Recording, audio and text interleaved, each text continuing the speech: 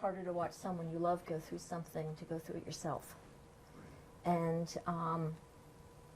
so the day that the 19 crates were being delivered from Germany, my husband's being driven to be checked into a hospital, and I know no one in this town.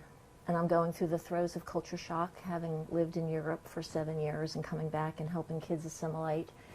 And then having given ourselves to ministry, was to go into full-time ministry, that my entire world was shaken. And what I would say is I had to be really honest with God. You know, having been raised in the church and doing church work for years, you can get your churchy face on.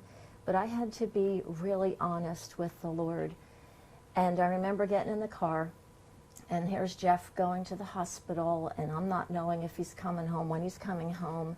And I'm thinking, this is the first home we've ever bought. How are we going to pay for this? If he's sick and not coming home, what does this look like? And I remember getting in the car and just having this moment where this cry from the very pit of my stomach just came out. And you know, I'm a Bible teacher, and we can sit there and we can like cast things at people in the Bible and think, well, how could they do that? How could the Israelites act that way towards God after all he did? Well, I was the Israelite. I was in the car, and this cry came out, and I'm like, God, did you bring us here to kill us? And it was my honest moment. And then I put a CD, and our car had just come in from Germany, and I didn't have my regular CDs, and one I never listened to, and I put it in, and it was even a spoken word, and it said, the angel of the Lord encamps around those who fear him, and he will deliver him.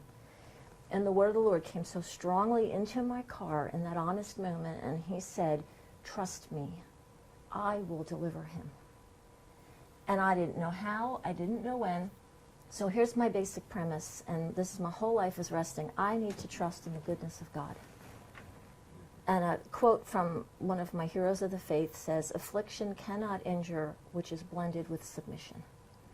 And I don't know why sometimes things are allowed to come, but if I will get in the presence of God and go to the secret place with him and be with him and let him heal me and be honest in that transaction, you know, then I have this incredible promise of God that he comes and he ministers to my soul, and he strengthens me, and he prepares me to meet no matter what comes.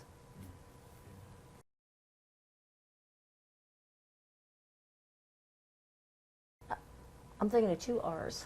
I need to renew my mind daily. I have to be in the Word. I have to let the Holy Spirit take that Word and apply it to my heart. But then I'm accountable to do something with it. And that's active, that's not passive. And then we've been given all of the spiritual weapons, and my secret weapon is worship. You know, we know God inhabits the praises of his people, and you get in his presence and you worship and you let this stuff fall to the ground and you walk out renewed.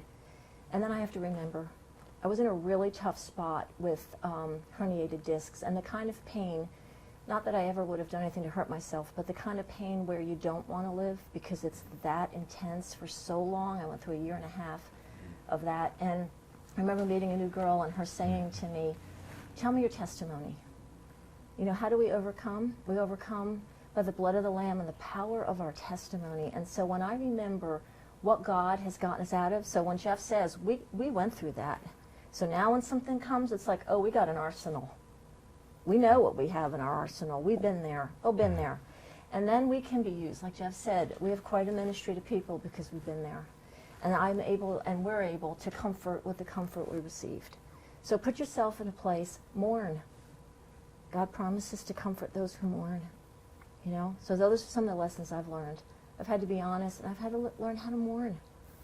You know? And let God comfort me and strengthen me.